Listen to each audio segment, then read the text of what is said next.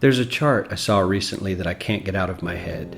A Harvard business professor and economist asked more than 5,000 Americans how they thought wealth was distributed in the United States. This is what they said they thought it was. Dividing the country into 5 rough groups of the top, bottom, and middle 3 20% groups, they asked people how they thought the wealth in this country was divided.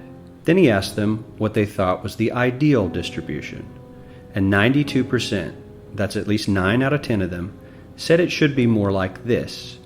In other words, more equitable than they think it is. Now that fact is telling, admittedly, the notion that most Americans know that the system is already skewed unfairly.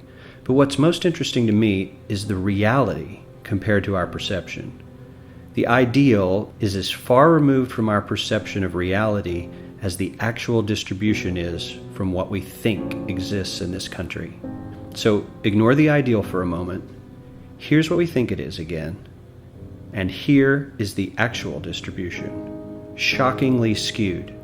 Not only do the bottom 20% and the next 20%, the bottom 40% of Americans barely have any of the wealth. I mean, it's hard to even see them on the chart.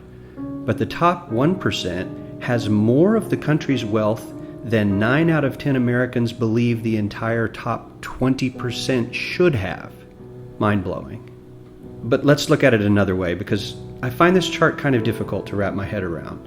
Instead, let's reduce the 311 million Americans to just a representative 100 people. Make it simple.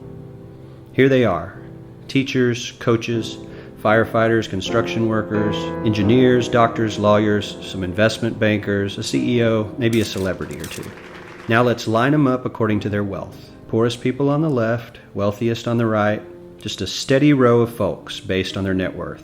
We'll color code them like we did before based on which 20% quintile they fall into. Now let's reduce the total wealth of